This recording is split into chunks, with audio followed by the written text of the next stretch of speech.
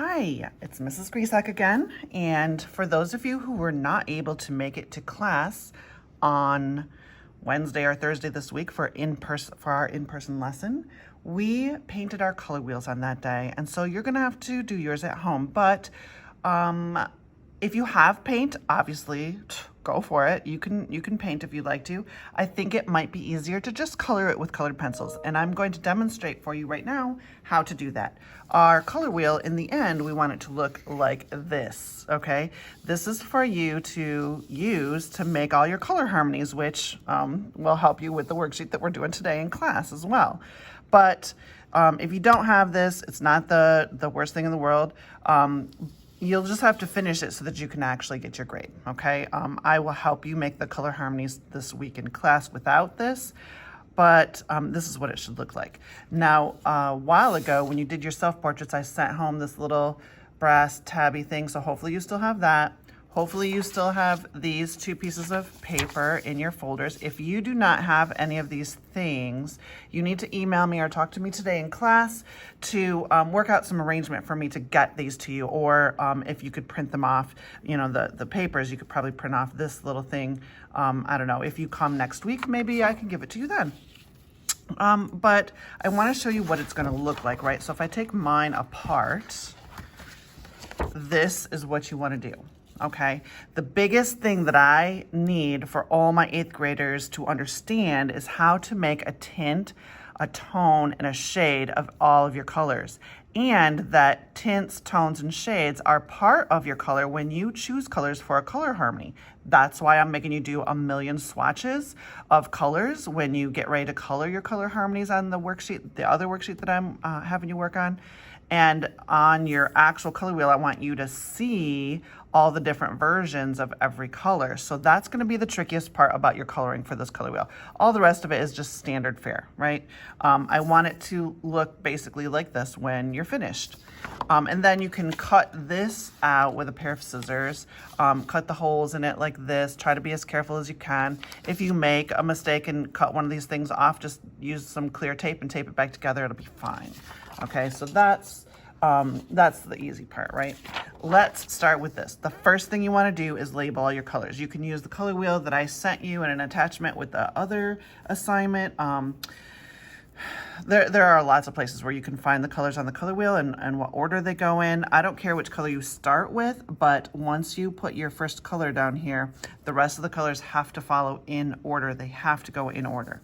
So if we go from red towards yellow, that means orange is going to be in the next group of colors. So red is here. This is going to be red, orange.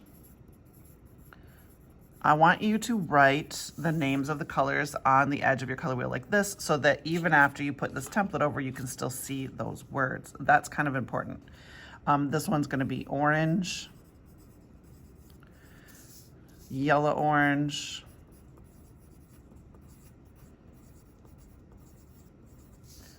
yellow, yellow, green, green, blue, green, blue, blue, violet, violet, red, violet. Okay, it's super important to label your colors before you start coloring so that you don't accidentally color something the wrong color. Then you're going to go through your whole box of colored pencils, any colored pencils you can find anywhere, and start organizing them. Now I chose a whole bunch, okay? I have more probably than what I need here. Here's my oranges in here. I have more than what I need because I wasn't sure about some of these colors, what they're going to look like when I color them on paper. So I'm going to put them in color wheel order too. So I'm going to start with my yellow, and then we're going to do, I think this is probably yellow, orange. These two, I wasn't sure of which one's going to be orange. We'll see how those look. Red, orange. These are reds. I also wasn't sure about my reds, which one of these reds is going to look the best. We'll see. Red, violet is probably this one. Let's see which one of these is violet. I think this one, yep, that's violet. Blue violet. Ooh, that's violet. Oh, that's blue violet. This one's violet. I wasn't sure about which one of those blues was better. This one's, wait, this one might be blue-green. I don't know. The blues are super confusing. Blue-green for sure. Green, yellow-green for sure. Okay, so you see how I chose more than what I needed, but I'm going to put them in order because that's going to help me when I'm coloring. If I have to mix some colors together to get the tertiary colors, that's also okay. So those are my colors, and I'm just going to set them off to the side there. The other thing that you need a good gray, a nice medium gray, a good white, and a good black. Now, obviously, you can see some of my colors need to be sharpened. Hopefully, you have a nice pencil sharpener handy that you can sharpen your colors because you definitely want them to be sharp so you can use them. Okay, so there's that. The first thing I want you to do is prepare for the tints, shades, and tones. So you're going to take your white colored pencil and you're going to, and this is going to be hard because you can't really see it, right? But I want you to color white through this ring right here all the way around. And you can see how I'm doing this. I'm just kind of coloring each little square by itself, one at a time, but I'm spinning my paper and staying in the same row so that I know this is going to be, these are where I'm going to create the tints for my colors. And I'm going to go all the way around. I want you to do the same thing too because it gets confusing if you try to just do it one at a time while you're doing your color, okay? It's better if you do it this way where you get all of the pre-mix kind of done before you start. Okay, I think that's where I started. It's hard to tell, right? Like you can't see that white that's on there, but trust me, it's there. I know it's there because I just did it. And I turned my paper while I did it so I knew exactly when I had gone all the way around. The next little, well, the middle one is going to be gray. So with your gray colored pencil, I want you to do the same thing. My pencils are going everywhere. Give a nice gray layer. So with the white, I kind of had to push down kind of hard, kind of firmly with my pencil to get a nice thick layer of white. But with the gray, you probably don't want to push down that hard. You want this to be kind of lightly shaded, okay? And you want to go all the way around again with gray. Gray makes a tone. When you add gray to any color, you get a tone of that color.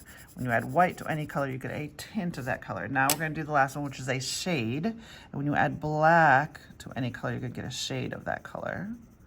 So I'm going to do the same thing with black. Now you notice with black, I'm definitely not pushing hard. I want to still see the color there, okay? I don't want it to be, I don't want the black to be so dark that I can't tell what color is being mixed with it. So be careful with your black to not push too hard. Leave some paper there so that you can mix with your color, whichever color it happens to be. So now you can see I'm ready for making my tints, shades, and tones of every color. And each color, as you color it, you want to color it all the way through. Okay, so there, I'm ready for that. Now, I'm going to take a piece of scrap paper over here. I'm just going to use this little edge of this when I have to test my colors. Now, my yellow, yeah, that's yellow. I'm not going to worry about that one because I know that this one is yellow. But the oranges, I'm going to test, and the reds. I need to know for sure which one is the right one. Let's start with yellow, though. So I'm going to take my yellow colored pencil and I'm going to fill this in nice and bright.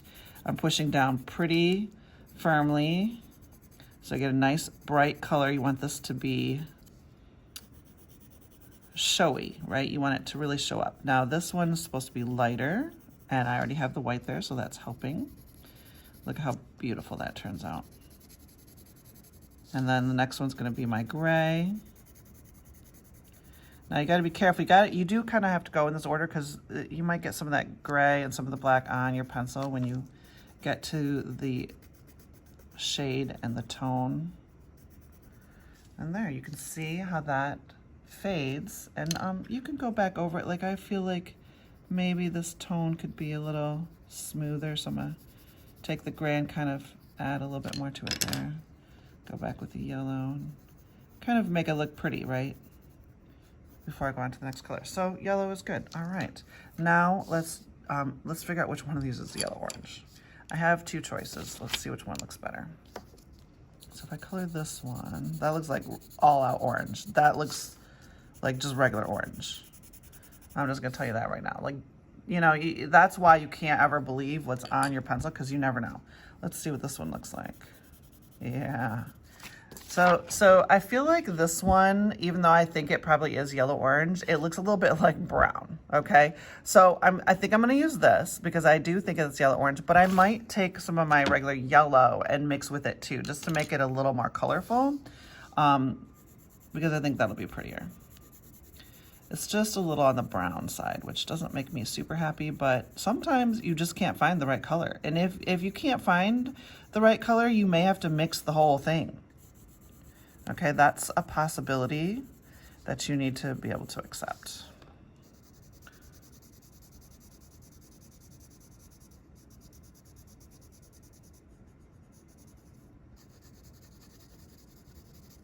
Okay, now I'm gonna take some yellow and kind of add to that to make it just a bit more colorful.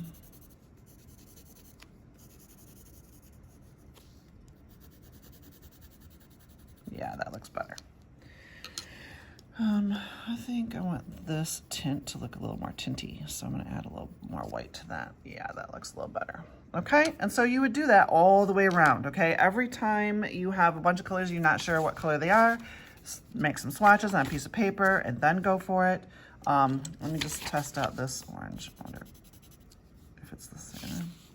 I like this one better. Okay, so, you know, you just keep going to the next, to the next, to the next, to the next, and make your coloring good, okay? It seems like I'm rushing, but you know, I'm pretty good at coloring, so you might be good at coloring too, but some things I definitely will be looking for are messiness, if it looks messy, or if I see your pencil lines, or if you go outside the lines a lot, or if these mixes in here don't look very smooth, like so I probably could go over my mixes a little bit better to make them look a little smoother.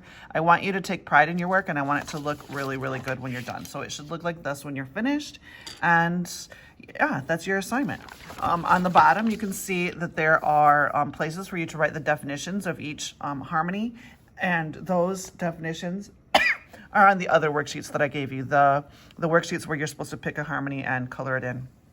Just copy those definitions onto this, cut out your template, use your little thing, put it together, and there you go. That's your color wheel.